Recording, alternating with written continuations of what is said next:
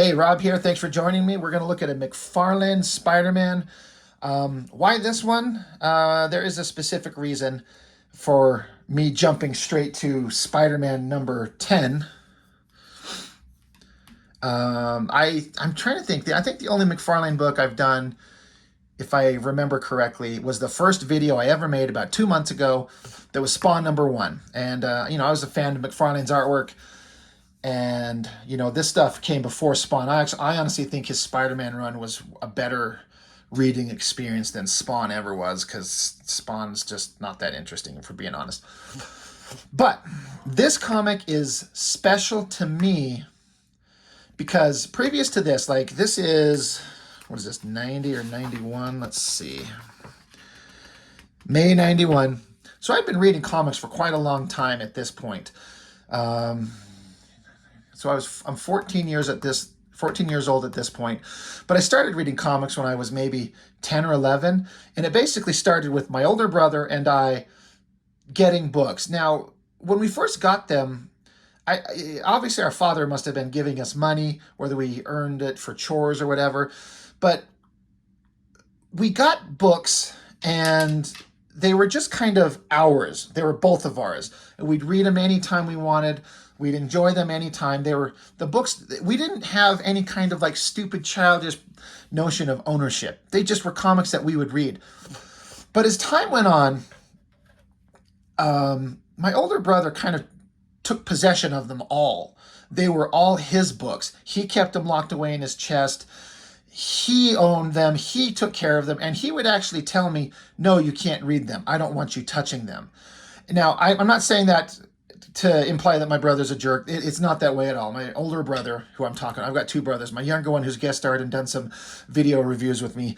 That's my younger brother. My older brother, who's a year and a half older than me, he's a great brother. We have a great relationship. I love him to death. But when we were kids, when we were douchebag little kids, you do douchebaggy little things. And this is one of those things. I know I did plenty of things like that, but the douchebaggy thing on his part at the time as a kid is he took ownership of them. They were his, and there were times where he would not let me read them. I'm like, I want to read the books. I want to get into your... He's like, nope, that's my chest. You just stay out. Nope, not today. Maybe tomorrow. And I started to piss me the fuck off because, as you can see, decades later, he stopped collecting comic books decades ago. He'd just read the ones that me and my younger brother get. But I keep collecting to this day, though it's very few and far between because there's very little modern stuff that interests me. But I draw them, I create them. Clearly, I had a deeper interest in a certain way, and I wanted to be looking at these things, and he would not let me on occasion. And I got so sick of that, I decided that I'm going to, with my own money, buy my own comics that are mine. And this is the first comic I ever bought that was specifically mine, where I don't have to ask anybody else if I can look at it.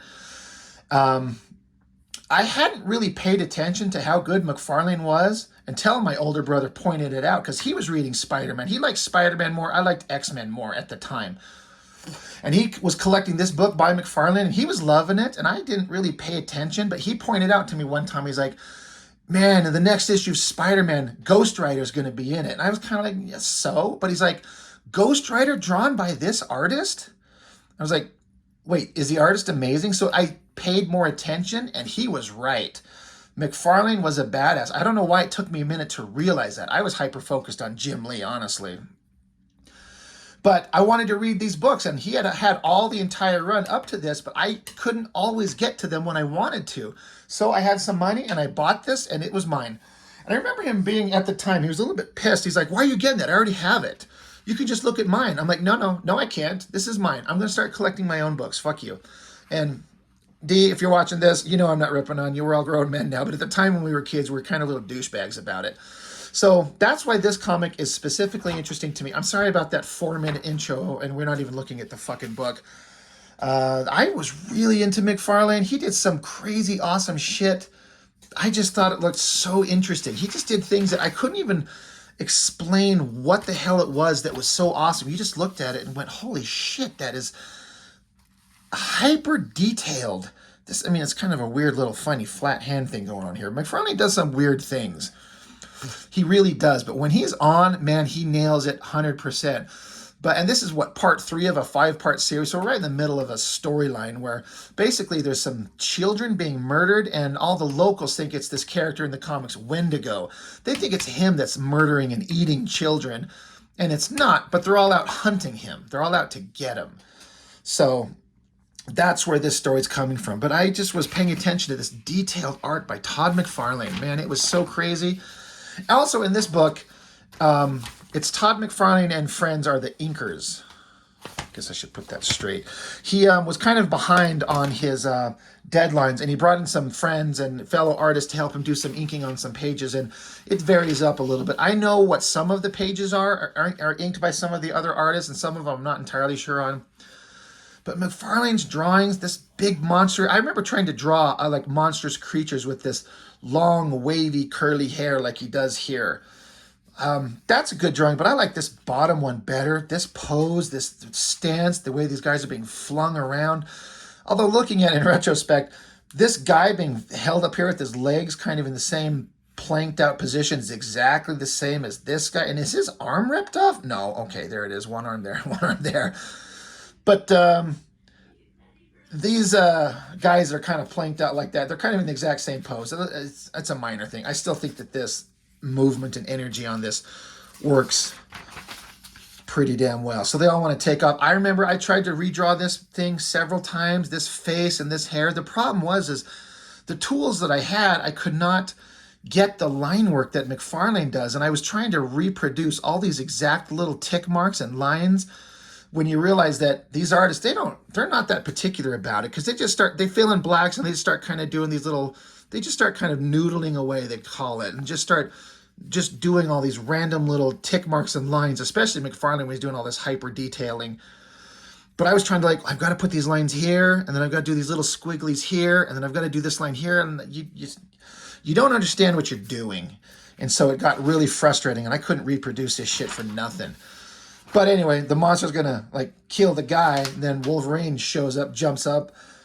I like the way McFarlane drew his mask here, the way he'd have it flexing and folding kind of long, and the blacked out face. That always is a scary looking version of him. If you remember, I looked at X-Men Inferno, and they would do this thing where Wolverine's face is blacked out in that mask. That makes him look evil. And you kind of got the same thing here. He's obviously not evil, but he's very intense. Saves the guy, tells him to get lost, and McFarlane does this funny thing where he does this lighting effect where he'll just draw kind of like this light source casting down from this way, and this is all that's being highlighted. But then he just leaves this part open, and then why even do these little lines here? Black it out. This kind of color shading effect, I don't think it works at all. This is something that, if I had enough time, maybe I'll find a way to do it. It's I want to scan this in and redraw this, but then just have this all blackened in. I mean, I know some of you, a lot of people out there do digital artwork. You could probably find this online, save a file of it, and then just get online and just fill it in and do it real quick.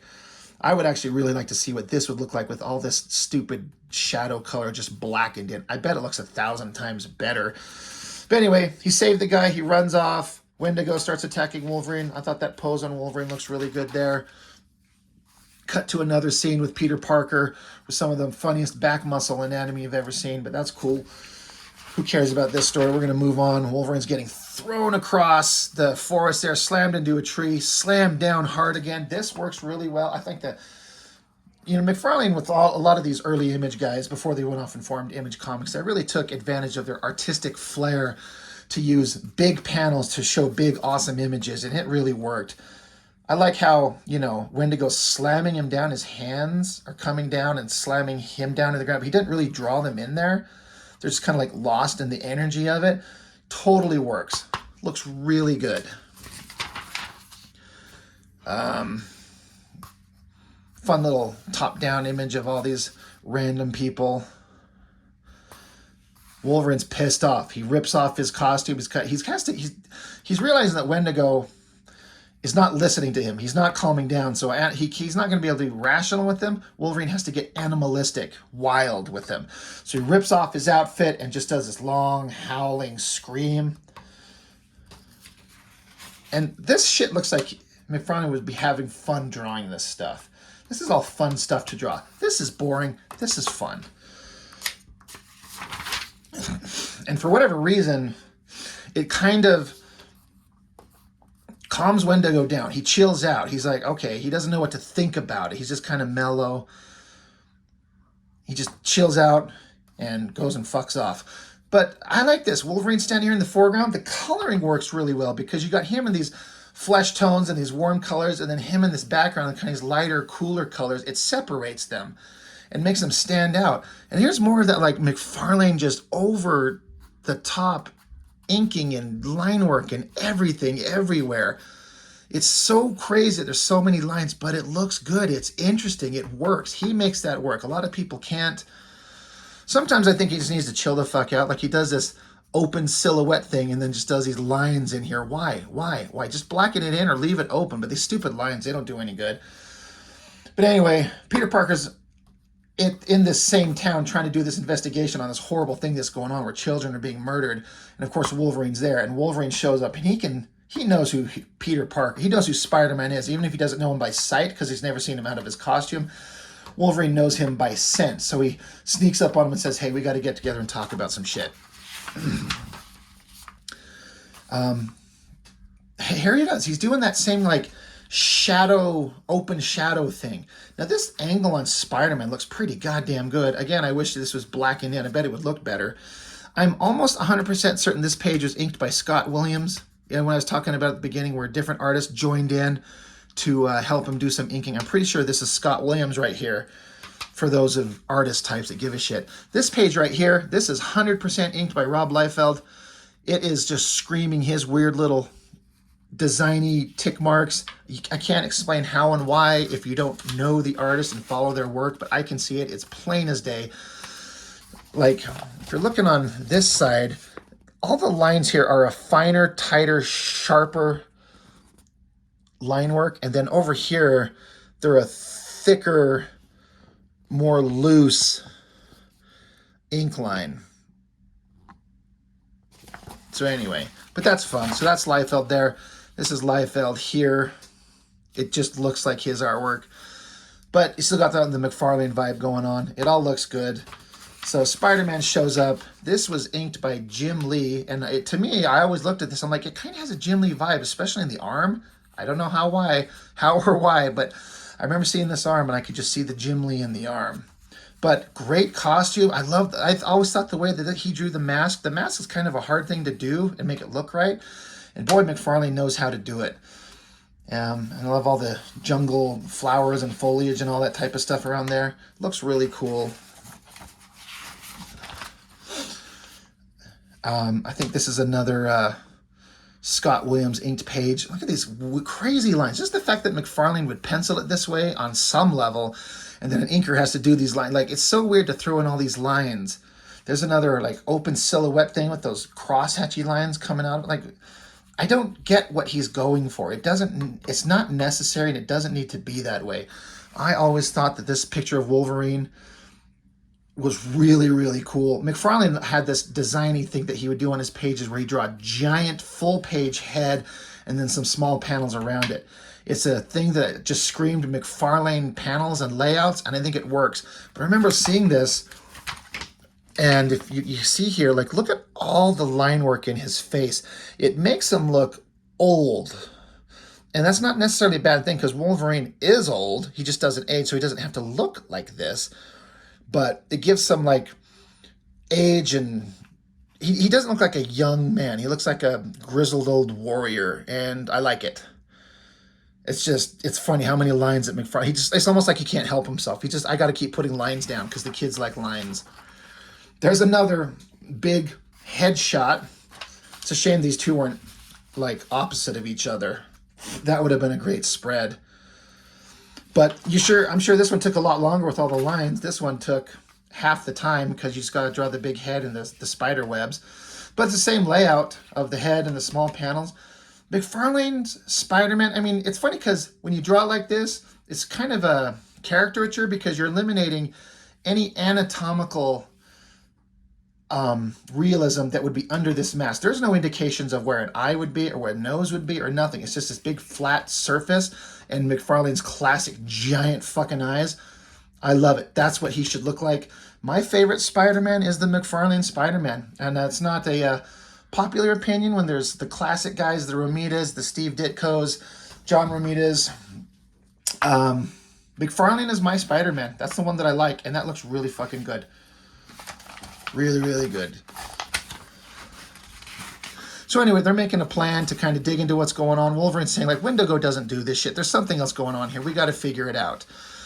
So Wolverine wants to protect innocent animals from being shot because all these hunters are out trying to find Wendigo and they're shooting at anything that moves. So all the animals in the forest are getting killed. And Wolverine says that Spider-Man, you should be concerned about kids are getting killed. So we got mutual interest here. Let's go solve the problem. We may not know each other very well. We may not like each other very well.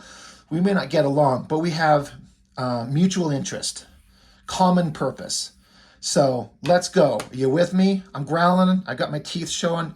This is my serious face. See? This is my serious face. Spider-Man gives him the thumbs up after, I guess, Wolverine lit up a smoke and put it in his mouth. Thumbs up. Let's go. And off they go. Big, awesome final page. Let's go catch a murderer. That's how it continues. I think that looks really, really good. I guess Spider-Man's webbing off some trees or something like that, but you got to have Spider-Man flinging around. And McFarlane doing his crazy, like, spider poses with the legs in the air. It looks really neat. That's a classic Spider-Man shit, and I love it. Another thing I love, this is stupid, but McFarlane would have his letters pages, and he'd always have this little spider line coming down, a little spider here. Let me bring it up closer to in view. It's just such a simple ink drawing, and that web is just a simple, like, it's 2 ink lines. Like one to draw like the long skinny web line itself, and then another squiggly line to show like the little filaments wrapping around the one. I have tried to reproduce this kind of a look as recent as just last week. I've been doing it for years, trying to come up with something that kind of looks like that, and I can't get it. McFarlane had something. Anyway, so again, far from my first comic I ever read, and not the first ones I've ever seen. I've been reading comics for years, but this is the first one I ever bought with my own money, and it was mine, and from there I never stopped. My brother and I, we would both buy comics, and we would both each get one of the same thing. It sucks that as kids we had to be kind of like douchebags and kind of proprietary of them. I get it. I don't want people fucking them up or screwing them up or damaging them. I don't keep them for financial interest or financial value, but I keep them nice because I want to keep them nice because I like them. But anyway, just a random one. I was digging through all my books trying to come up with what would be interesting to show in the next week, and ran across this one. And my idea is to kind of start at the beginning of a run and go through them from issues 1 through whatever. I don't actually have all the originals of this. I've got issue 2 and maybe 6. I've got the black costume ones. Anyway, but I saw this one. I'm like, it's just significant because it's the first book I ever bought with my own money as a kid. So that's all I've got for now. Thanks for joining me, and we will see you next time.